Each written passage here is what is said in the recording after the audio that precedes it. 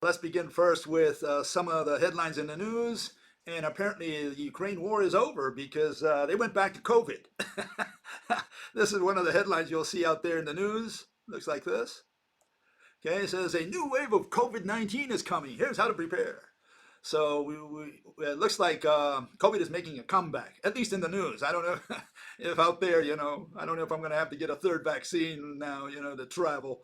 But yeah, they're saying you got to prepare. They're already coaching you on this, which means, I guess, that the Ukraine war is no longer news, or there's very little news. It's just become routine now. More sanctions and more bombings, killing people. The usual. No biggie. But as a result of the Ukraine war, a lot of companies from the United States, especially, they pulled out of Russia. You have Starbucks and Apple, YouTube, Facebook, McDonald's. All of these pulled out of Russia. They were instructed to, or coached, or suggested that they pull out. And so yesterday, I went to Moscow. Okay, I went to Moscow to find out, what kind of changes there are in the country now that all these companies are pulling out. And yeah, I verified exactly that. For example, I went to see a McDonald's, and everything's changed now. It's no longer, the golden arches. This is what you get if you travel to Russia now. This is what you're going to be seeing. Okay, that's the new sign that the Russians have for McDonald's now that McDonald's has pulled out. So yeah, and you might even get some bear meat instead of regular cow meat. So just be aware of that. Okay. Yeah. So all this is out of the news now. We're really back to COVID. And one fellow said over there that maybe, just maybe, this conduces to World War III, and it is a possibility. And remember, this is something new in the world. This is not like Alexander the Great encroaching on the Persian Empire or anything like that, or the Romans on the Greeks or Egyptians and so on. No, this is a little different because now you have, you could say, three empires on Earth, okay? And that's the United States Empire, the Chinese Empire, and the Russian Empire. And now one's encroaching on the other's territory, and that could create some big problems for all of us, okay? So do not be surprised if the end of the world comes a little sooner than you expected, okay? Sleep with one eye open. That's my suggestion. Anyways, the fellow says the slowing of population growth has been by choice and through some self-destruct mechanism. People can easily have more children if they stop using birth control. Yeah, I don't think so. I think what's happened here is that you can see that the birth rates across this is the whole planet. Okay, what you're seeing here. This is the world population growth rate has gone down in every country in the world, essentially. In the last 50 years at least. And it's not only gone down, it's gone steadily down, slowly but surely going down. Last time it was in 1963 was the last highest level, which was 2.1% growth rate, and that's been dropping steadily until we have now around 1. And if things continue as they are by mid-century, we're going to reach zero population growth. And you say, well, why is that so? What's happening?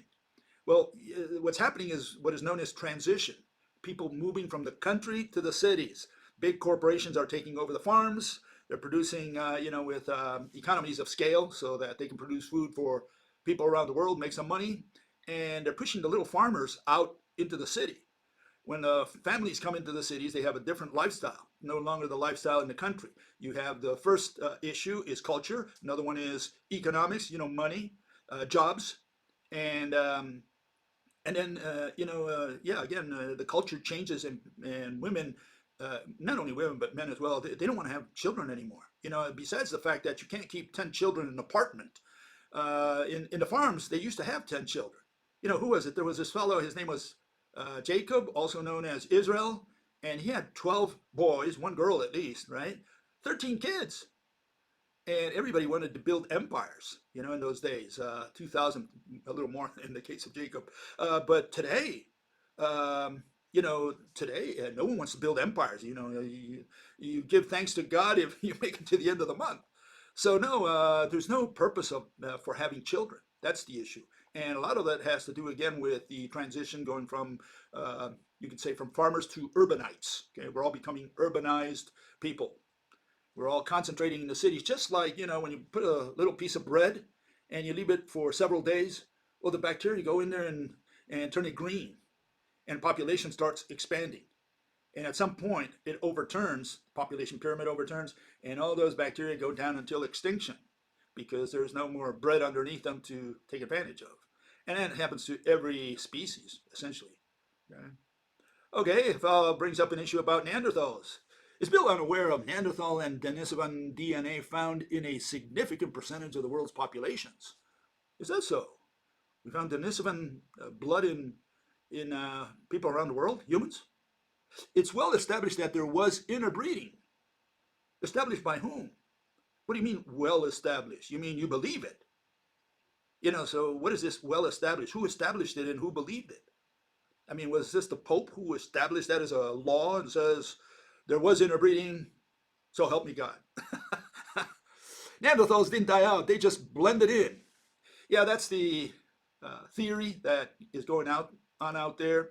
I don't know if you want to believe that nonsense. And the reason they put the interbreeding, what is known as admixture theory out there, is because they had no solution to how the Neanderthals disappeared. They don't know how the woolies disappeared. Woolly mammoths, did they disappear because they interbred with humans as well? How about the dodo bird? Did it disappear because it had sex with humans as well? I mean, where did you get this interbreeding, this admixture theory? Okay, and so here we put it in the right perspective. Okay, this is Svante Pabo. He's a geneticist. And what is a geneticist? Well, a geneticist is a paleontologist who concludes that interbreeding between two distinct species causes extinction of one of them, based on what? Molecular count. He's a bean counter. That's all he is. Then he extrapolates this bean counting and says, oh, I can tell you how the Neanderthals disappeared.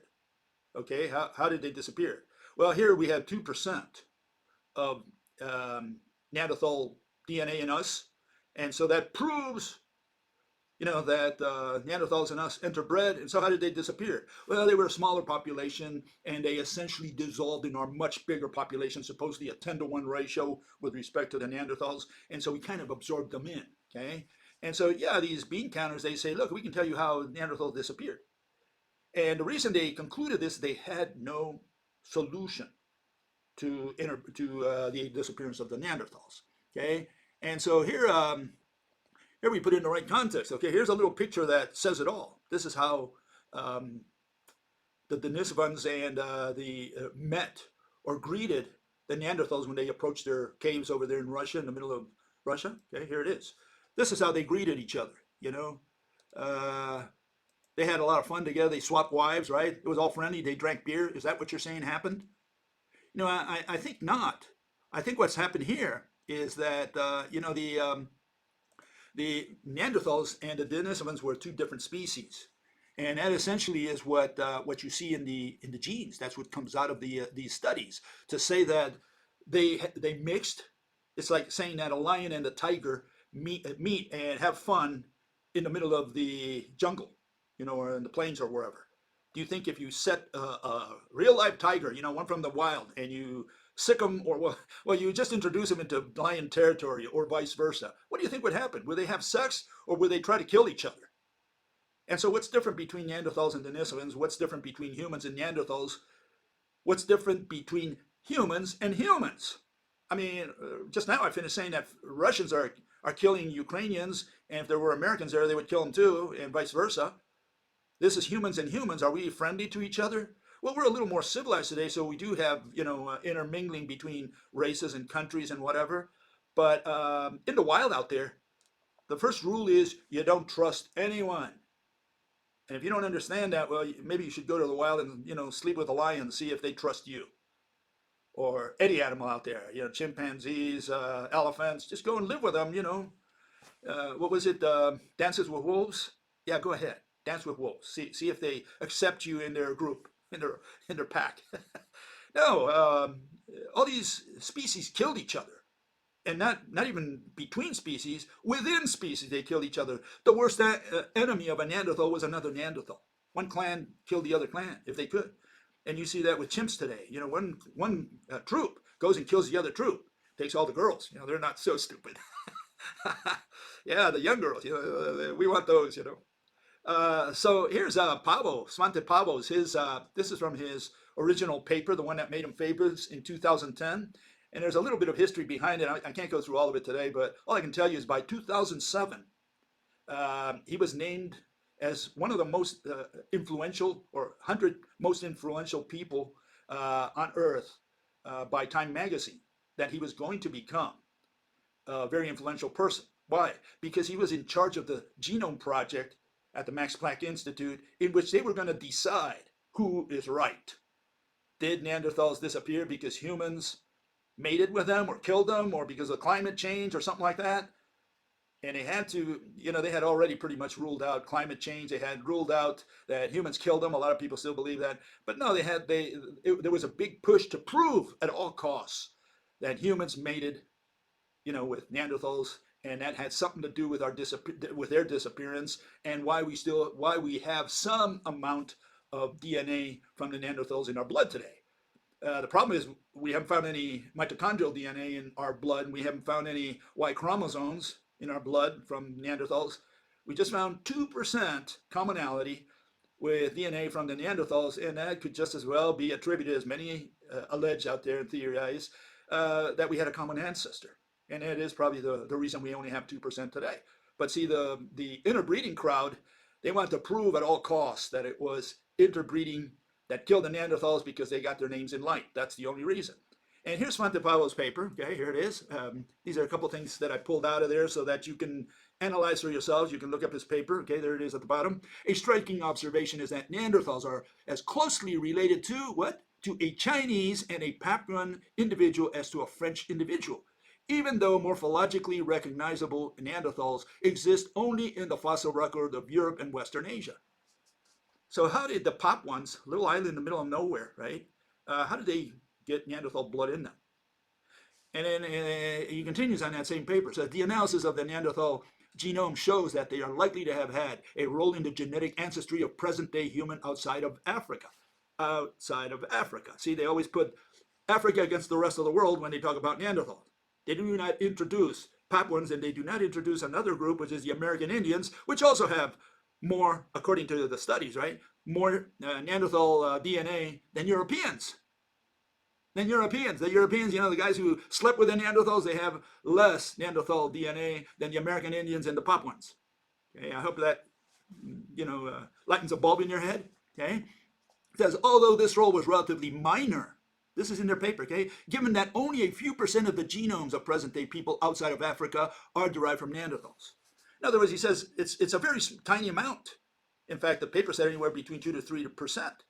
And so that tiny amount, and they said, well, because of this, we conclude that there was some mating, but it was very minimal. Did that cause the extinction of the Neanderthals? The fact that we have 2 to 3% Neanderthal blood, meaning that the lion and the tiger mated out there in the jungle, in the caves. They had sex between these two species. Kind of hard to believe. But here we have another couple testimony from Mr. Pavo. Okay, he's the head honcho on all this stuff, right? And this is what he says in subsequent papers and talks that he gave. Okay, here it is. If there was a contribution from Neanderthals to Europeans, we would expect Europeans to share more genetic variants with Neanderthals than what Africans do, since there's never been Neanderthals in Africa. Okay, that was his working hypothesis. Okay. But then he says in another day, he says, had there been contribution from Neanderthals, I would have expected it to be in Europe and nowhere else, okay? Because Neanderthals lived in Europe and Western Eurasia. But we found it also in China and even Papua New Guinea, where everyone is sure there had never been Neanderthals. Okay, so what should we conclude?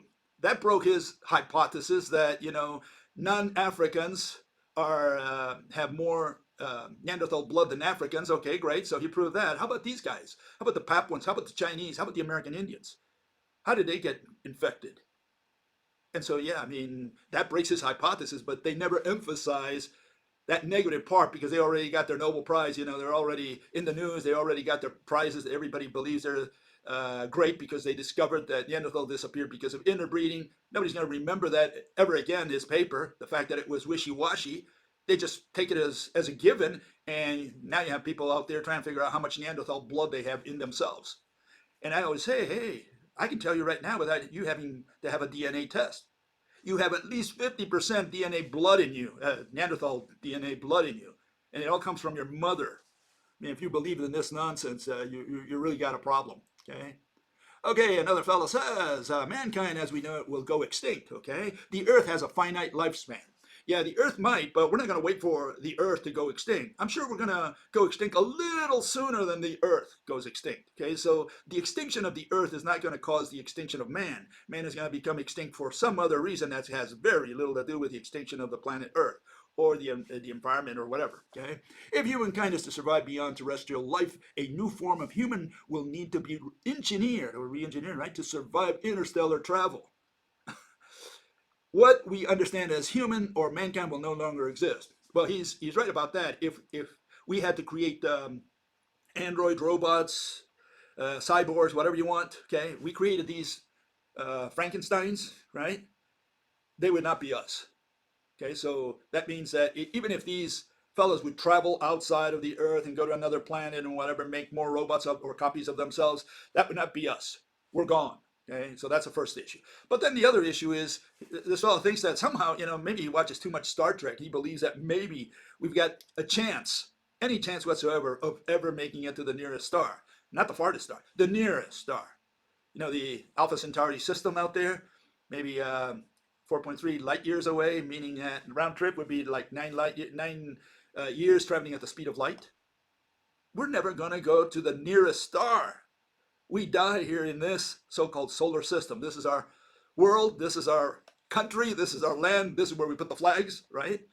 And I don't think we're even going to colonize Mars or the moon. No reason to. They might send an expedition maybe to the moon. I doubt it, but let's assume, they send an expedition there to mine the moon because they find some minerals that could be useful here on Earth. They would be very expensive to send missions out there to mine, to take all the equipment necessary to mine on the moon. Here, just 1 light second away, right? I mean, the moon is 400,000 kilometers away? And traveling at the speed of light at 300,000 kilometers per second, we would arrive in a little more than a second and a half. Assuming we could travel at the speed of light. Of course, we're very, very far away from that. But let's just assume we go to the moon, and to take all the equipment necessary to mine on the moon, okay, that would be a monster.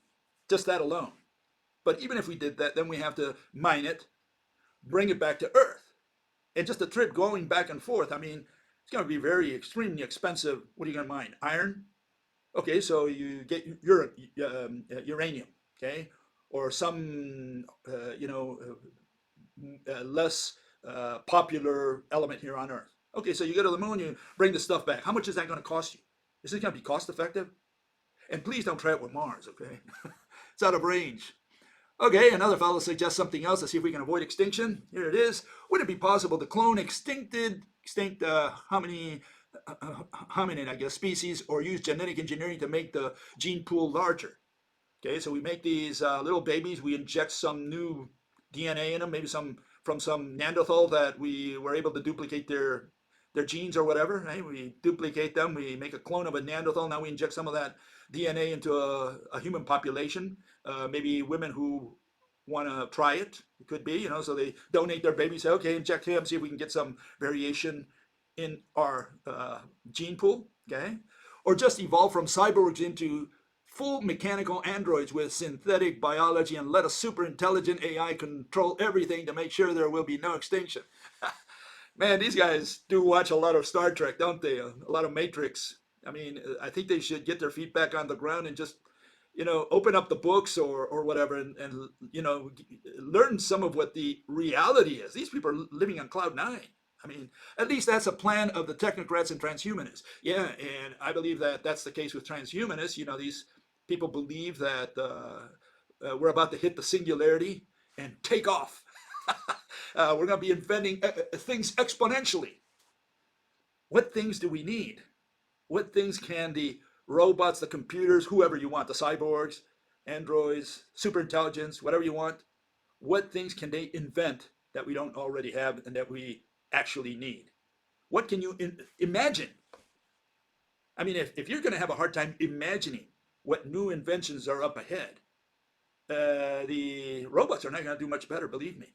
To think that they have some super intelligence and that they're going to create some stuff that we actually need here among humans, it's just nonsense. It's pure, absolute nonsense. You don't have your feet on the ground anymore. And so, yeah, to think that we're going to be building kids maybe at the factory, on a conveyor belt and sending them out. I mean, why do we need kids? If if if if we if you think we need kids, why don't you put a factory that produces children? I mean, I think that's a good. I mean, if there's a great demand out there, I would do it. Produce kids in the factory. Maybe have women put them out, and maybe you build them with a little bit of android stuff or cyborg stuff. Kind of like Frankenstein. Or whatever. Even just leave them as they are. Just have women produce children, and you feed them to the world. Is there such a demand for children out there? Does anyone want children? I would think there's the other way around. People don't want children, especially if they're in the cities. They don't need a factory to produce them. They can produce them themselves, and nobody's doing it. And the question is, why not? Okay, and I'll tell you why not. Because they moved to the city. You have this urbanization, what is known as transition from the country to the city. And here's a graph that I showed the other day. It puts it in the right perspective. Okay, here it is.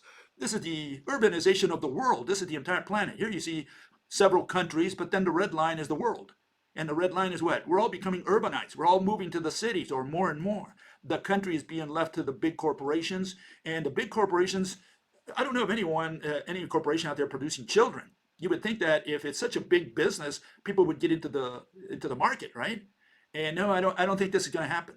Okay, so we're not producing children because we are the last humans, the last generation of humans on the planet. Okay, it dies here in a very short while, whatever that means to you. It could be a question of months. If Ukraine and Russia lead to World War III, it could be this year, for all we know. I mean, can't sleep with one eye open. Could be happening in a few years. Could happen in maybe a couple decades. I can't tell you when it's going to happen. I'm just saying, we're very close to extinction. We're very close to extinction because, again, we have, on the one hand, we have the three empires colliding against each other. They're kind of encroaching on each other's territory. The United States cannot grow as fast as China right now, and China's catching up in its economics, and the United States doesn't like that. And so maybe, that's one of the reasons we do have a war in Ukraine now, and maybe all this was planned in advance to stop China from growing. And we just got to see where this leads. But believe me, we got a problem because right now, this is the entire planet. It's no longer, a little group of people called the Greeks, with Alexander, running after the Persians. That was just local. And we had all this stuff throughout history. Today, we're at the top of the world where anything that we do affects the entire planet. So we're in a different situation today. This is no longer history repeats itself and the United States goes down, China rises above it. It's not going to happen. It's not going to happen. The United States is not going to allow China to surpass it, and maybe that's part of the reason we have a Ukraine war today.